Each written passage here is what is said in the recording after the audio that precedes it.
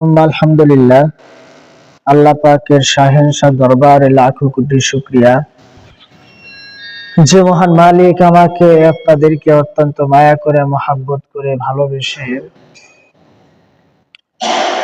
আল্লাহ পাকের ঘর মসজিদে আসার বসার তৌফিক দান করেছেন।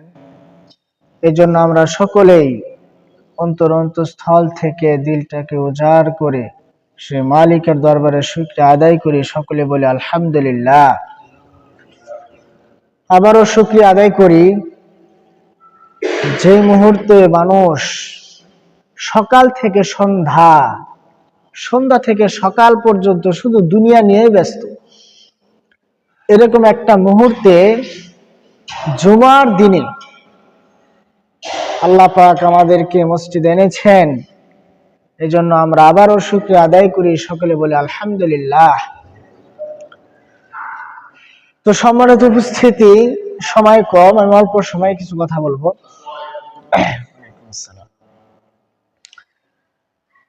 তো প্রথম যে আমার আলোচনা চলতেছিল ইসলামী রাষ্ট্র ব্যবস্থার গুরুত্ব ফজিলত, এই সম্পর্কে আলোচনা চলতেছিল। তো আজকে আলোচনা করব যে আল্লাহ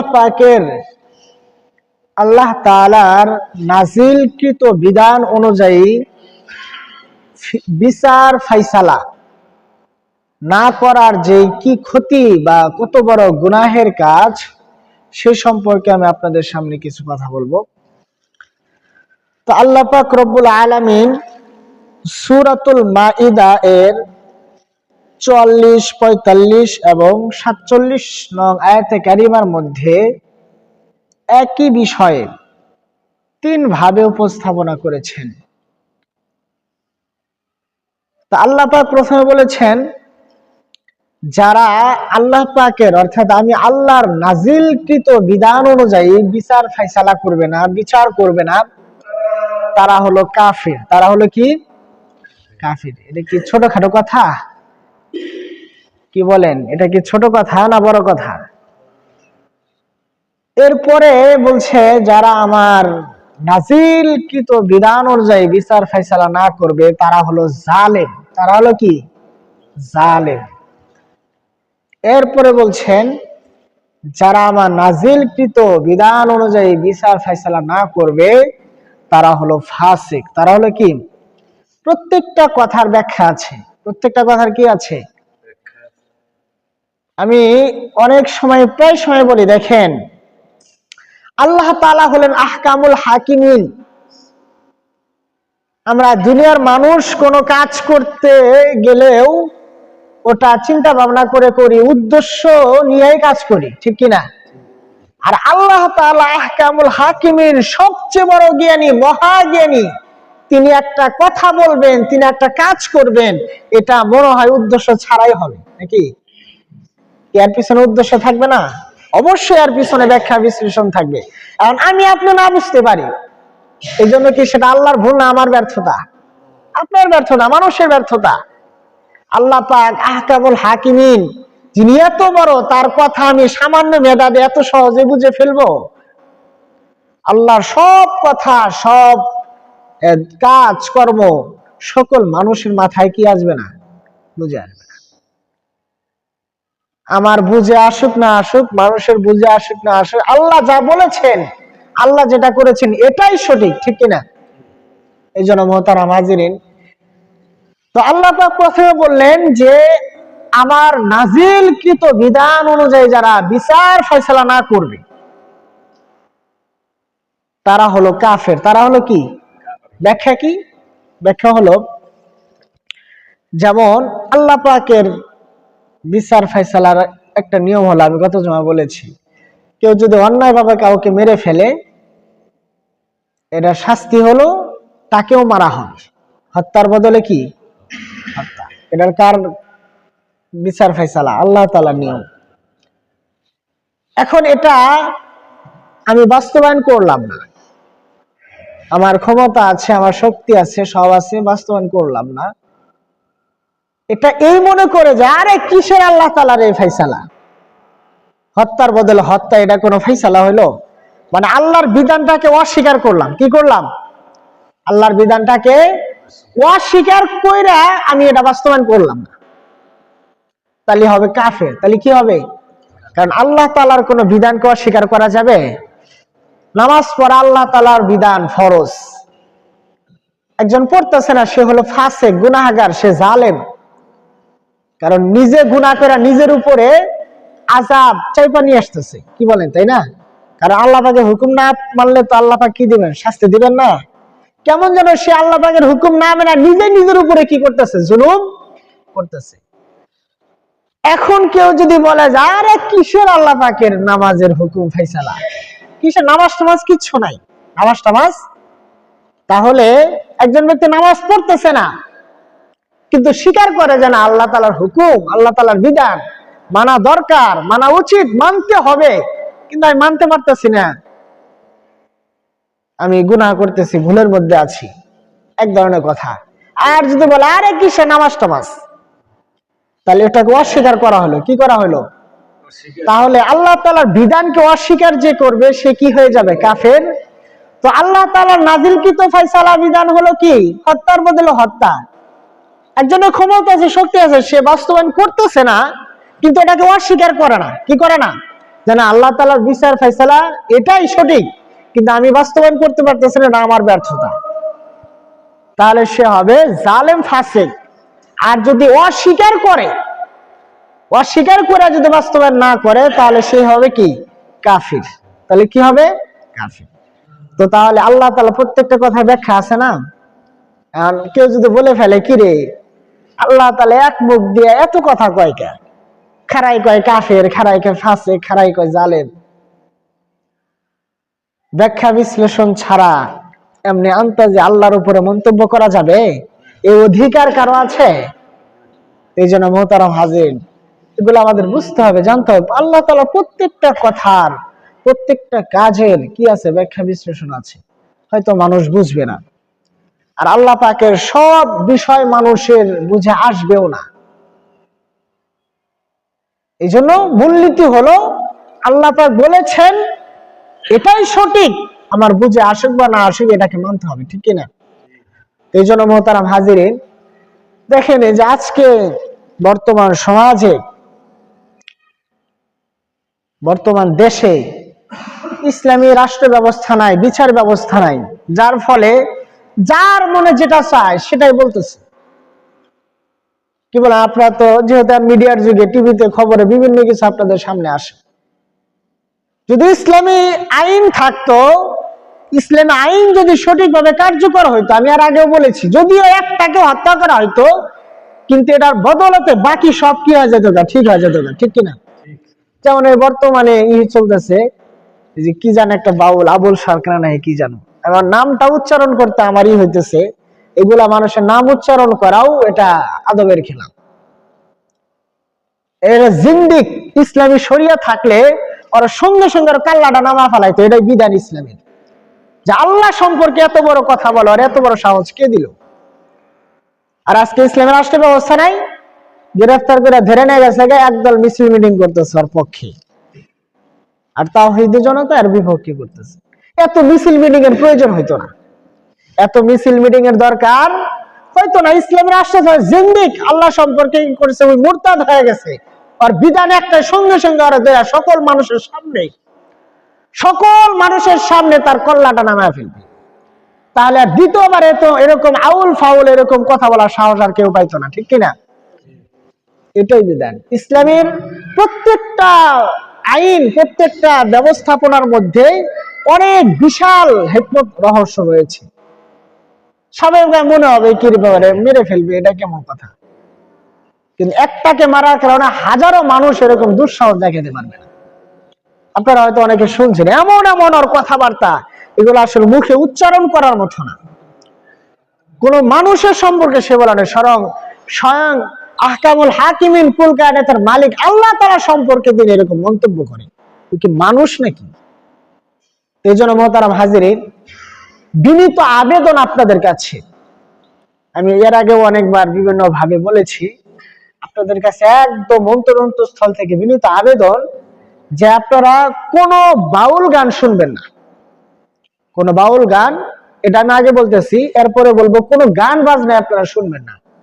কারণ প্রত্যেকটা গান এবং বিশেষ করে বাউল গানের যে অনুষ্ঠানগুলা, এগুলা যে যত বেশি শুনবে সে তত বেশি প্রশ্নবিদ্ধ হবে।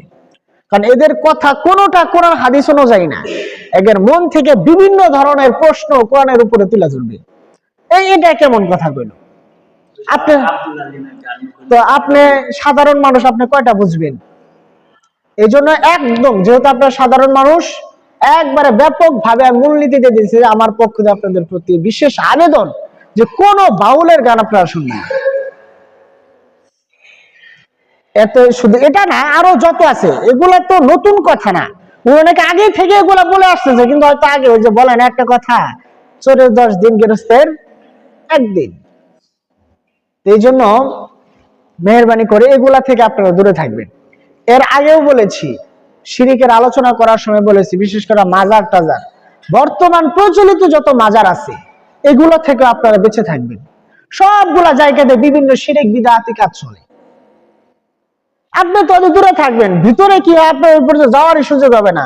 সিন্নি যে খাইতেছেন, সিন্নি কি দা পাকাইতেছে আপনার জানা আছে? ওটার ভিতরে কি কি দেওয়া হইতেছে আপনি তো বলেন আরে না, কি দেয়? কেউ যদি পেশাবকে পবিত্র মনে করে, পেশাবকে যদি কেউ পবিত্র মনে করে, সেটা খাবারের মধ্যে দেওয়া বা তরকারির মধ্যে দেওয়া কি তার কাছে কোনো সমস্যা? কারণ সেটা ভালো মনে করে। যেমন হিন্দুরা গরুর পেশাব খায় না, দুধের চেয়ে পেশাবের দাম বেশি, এটাকে ওরা পবিত্র মনে করে খায়। কি মনে করে খায়?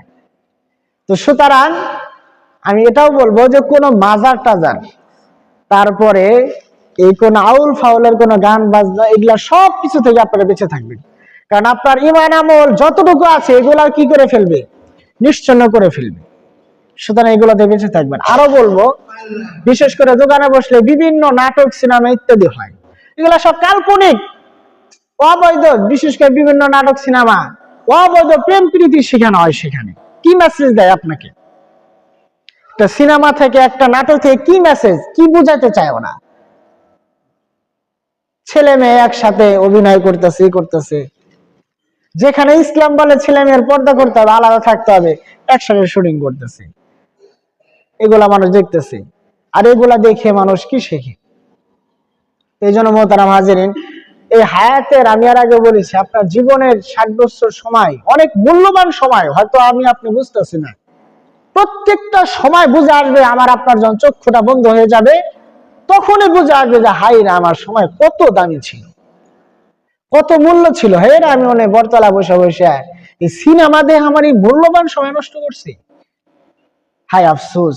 আমি সামনে আলোচনা করব যে মানুষ কোরআন থেকেই বলবো যে কি কি বিষয়ে আফসোস করবে, এবং আফসোস করতে করতে অনেক সময় আফসোসে হাতের আঙ্গুল চাবানে অনেকে, হাই রে কি হইলো। তো সেম এরকম আফসোস করে আমার হাত চাবা খায় বলা, বলছে কি রে কি করছি আমি।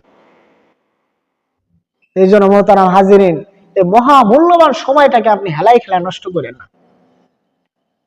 উগলার শোনার চেয়ে আপনি 10 বার বসে হইলে সুবহানাল্লাহ পড়েন, তা আমল নামা বাড়ি হবে। এই জন্য মোহতারাম হাজিরিন, এগুলা থেকে বেঁচে থাকতে হবে। আমি প্রায় সময় বলি, স্বর্ণ হলো দামি জিনিস। স্বর্ণ কি জিনিস? এটা কি এই জায়গায় রেখে দিবে না সুন্দর করে হেফাজত করে বাক্সের ভিতরে রেখে দেয়? তো আমার আপনার ঈমানটাও এই দুনিয়াবি স্বর্ণ থেকে 1000 গুণ দামি জিনিস। আমি আপনি বুঝি না, কিন্তু ইহুদি নাসারারা বোঝে, বিধর্মীরা বোঝে যে একজন মুসলমানের ঈমান কত দামি। এই জন্য তারা আপনাকে কেনার জন্য, বিক্রি করার জন্য অনেক ছলছুতুরি করবে, যার ঈমানটা কিভাবে নষ্ট করা যায়। এই জন্য মোহতারাম হাজির, খুবই সোচ্চার হতে হবে। আমি প্রায় সময় বলি, শুধু আবেগ দিয়ে ইসলাম চলে না, শুধু আবেগ দিয়া, আবেগ এবং বিবেক উভয়টাই লাগবে। আবেগ এবং বিবেক উভয়টাই লাগবে। শুধু আবেগ দিয়ে কি চলবে না, ইসলাম চলবে না। আবেগও লাগবে, বিবেকও লাগবে, উভয়টার সমন্বয়ে আমাকে আপনাকে চলতে হবে। একজনের একটা গান শুনে এত সুন্দর কথা কইলো, আবেগে আপনি একবারে কেন্দ্র ফেলাইলেন। এত সুন্দর সিনেমা, আরে মায়ের সিনেমাটা দিয়ে একবারে কেন্দ্র ফেলাইলাম। আবেগ চলবে না। বিবেক দিয়ে কাজ করতে হবে যে আমি কি দেখলাম এটা। এই জন্য মোহতারাম হাজিরিন, আল্লাহ পাকের যে জিকির, আল্লাহ পাকের যে কালাম, আমাদের ভালো কথা শোনা কান্না আসে না, কিন্তু বিভিন্ন গান বাজনা ইত্যাদি সিনেমা দেখে কান্না আসে, কারণ আমাদের হৃদয়টা পরিষ্কার পরিচ্ছন্ন না, যার কারণে ভালো কথা ঢোকে না। যেমন দিলটাকে পরিষ্কার রাখতে হবে এবং আল্লাহর কাছে দোয়া করতে হবে, আল্লাহর কাছে চাইতে হবে, ক্ষমা চাইতে হবে, আল্লাহর কাছে কান্নাকাটি করতে হবে। তো এই জন্য মোহতারাম হাজিরিন, একটা হাদিস বলে আমি শেষ করে দিব, যে নবীজি সাল্লাল্লাহু আলাইহি সাল্লাম হাদিসের মধ্যে বলেছেন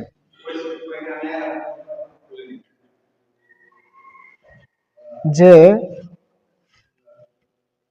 যেমন পানি দিলে ফসল উৎপন্ন হয় না, ক্ষেত খামারে তো পানি দিতে হয়, তো পানি যেমনি ভাবে ফসল উৎপন্ন করে, অশ্লীল গান বাজনা গুলো মনের ভিতরে নেফাকি তৈরি করে, মনের ভিতরে কি তৈরি করে?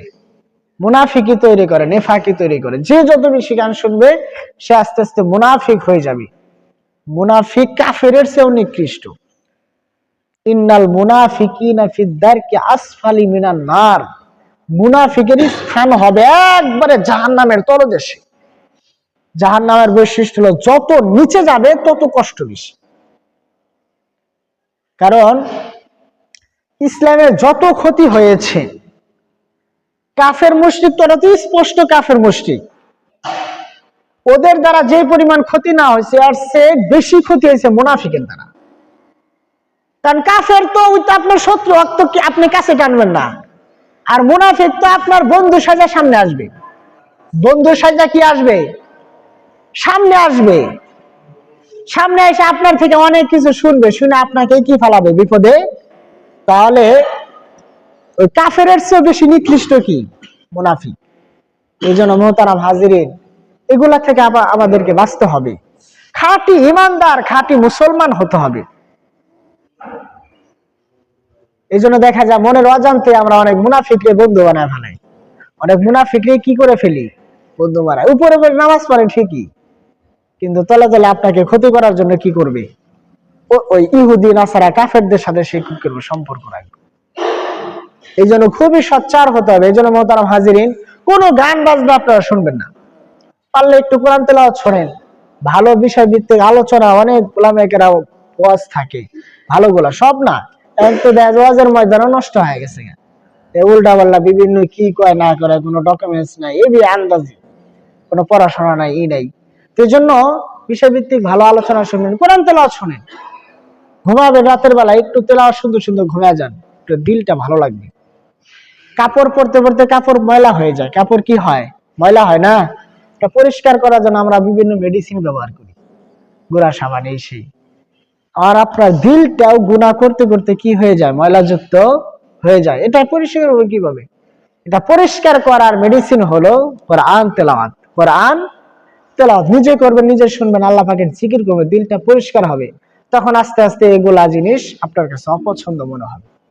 এই জন্য মোহতারাম হাজির, যেটা বলতেছিলাম যে ওয়ামাল্লাম ইয়াহকুম বিমা আনসালাল্লাহু ফাউলাইকা হুমুল কাফিরুন ফাউলাইকা হুমুজ জালিমুন ফাউলাইকা হুমুল ফাসিকুন, যে যারা আল্লাহ পাকের নাজিলকৃত বিধান অনুযায়ী বিচার ফাইসালা না করবে তারা হলো কাফের। তারা হলো কি? কাফের। আবার বলছেন তারা হলো জালেম, তারা হলো কি? জালেম, তারা হলো ফাসিক। তাহলে যদি আমাদের দেশে আল্লাহর আইন অনুযায়ী বিচার ব্যবস্থা না থাকে, তাহলে সবাই কি হয়ে যাবে? ফাসিক হবে, জালেম হবে। আর যদি এটাকে অস্বীকার করে, সে কি হয়ে যাবে? কাফের হয়ে যাবে। অনেকেই বলে, বর্তমান যুগে বিভিন্ন নেতাদের কথা ভাইরাল হয় যে আমরা কোরআনী আইনে বিশ্বাসী না। এই কথা যদি কেউ বলে, তার ঈমান থাকবে? শরীয়তের আইনে আমরা বিশ্বাসী না। এই জন্য মোহতারাম হাজির, এগুলা থেকে বেঁচে থাকতে হবে। এই জন্য আমাদের চেষ্টা করতে হবে। কি যে বর্তমান কত কিছু হয়, যে কিছুদিন আগে পাইলাম ইসলামের অন্যতম একটাই হলো যে বহু একাধিক বিবাহ। কারো যদি সামর্থ্য থাকে, দায়িত্ববোধ থাকে, শারীরিক মানসিক অর্থ সম্বন্ধিত থাকে, তাহলে ইসলাম তাকে 4টা পর্যন্ত বিবাহ করার অনুমতি দিছে। কয়টা? 4টা। যদি তার দায়িত্ববোধ থাকে, তার মানসিক শারীরিক সবকিছু সক্ষমতা থাকে, সে চাইলে কয়টা বিবাহ করতে পারবে? 4টা বিবাহ করতে পারবে, যদি তার প্রয়োজন হয়। দেখা যায় বাংলাদেশে এত ধর্ষণ হয়, এই শুনতেছে না, 5ই আগস্টের পরে কত কিছু হইলো, একটা কোনো বিচার হইছে? কোনো বিচার নাই। কিছুদিন আগে দেখলাম আমাদের একজন ওলামা হযরত, তিনি এই যে বহু বিবাহের নিয়ে একটা প্রজেক্টে কাজ করতেছেন। তার সাথে যোগাযোগ করে অনেক মানুষ, অনেক বিধবা মহিলারা, অনেক অসহায় মেয়েরা অনেক সুযোগ্য পাত্রের মাধ্যমে তাদের কি হইতেছে, বিবাহ বাধ্য হইতেছে। এটাকে কি কইরা মানে সমাজের মধ্যে বিশৃঙ্খলা করে তারাও গ্রেফতার করে ধরে নিয়ে গেছে।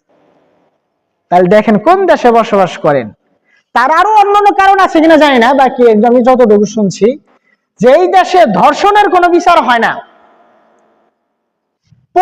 পতিতালয় যিনি আছেন, তাদের যারা এজেন্ট আছেন, তাদের কোনো বিচার হয় না, তাদেরকে কেউ ধরে নিয়ে যায় না। আল্লাহ পাকের আইন অনুযায়ী বৈধ বিবাহ করবে, এটার আঞ্জাম যারা দিবে তাদেরকে ধরে নেওয়া হয়। কোন দেশে বসবাস করি আমরা? এই জন্য মোহতারাম হাজিরিন, এক কথা আমি প্রায় সময় বলি, যে বা যারা যেই দেশে যেখানে যদি কোরআনী শাসন ব্যবস্থা না থাকে, তাহলে ওই দেশে কোনোদিনই শান্তি আসবে না। স্বর্ণের অক্ষরে লিখে রাখা যেতে পারে। 50 বছর স্বাধীনের পরে এই দেশে আজ পর্যন্ত পূর্ণ স্বাধীনতা, পূর্ণ শান্তির ছোঁয়া এই দেশ পায়নি। সুতরাং আল্লাহ পাক আমাকে আপনাকে বানিয়েছে কিভাবে চলতে হবে, আমি কি ব্যক্তি কিভাবে চলবে, পরিবার কিভাবে চলবে, সমাজ কিভাবে চলবে, রাষ্ট্র কিভাবে চলবে, সবকিছু আল্লাহ পাক দিয়ে দিয়েছেন। এইভাবে যতদিন মানুষ না চলবে ততদিন কেউ শান্তিতে থাকতে পারবে না, কেউ নিরাপত্তা পাবে না। এই জন্য মোহতারাম হাজিরিন, যে বা যারা যেই দলই হোক, তারা যদি কোরআনী শাসন ব্যবস্থা বাস্তবায়ন করে, কোরআনের ছায়াতলে আসে, তবেই মানুষ শান্তি পাবে, তবেই মানুষ নিরাপত্তা পাবে, ঠিক কিনা?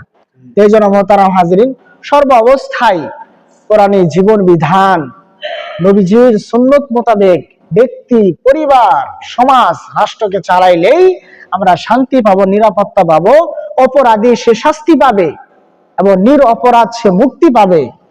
এই জন্য আল্লাহ পাক আমাদের সকলকেই সর্ব অবস্থায় কোরআনী শাসন ব্যবস্থা বাস্তবায়ন করা এবং কোরআনী জীবন বিধান আমাদের সকলকেই সেটাকে ফলো করে চলার তৌফিক দান করে। সকলে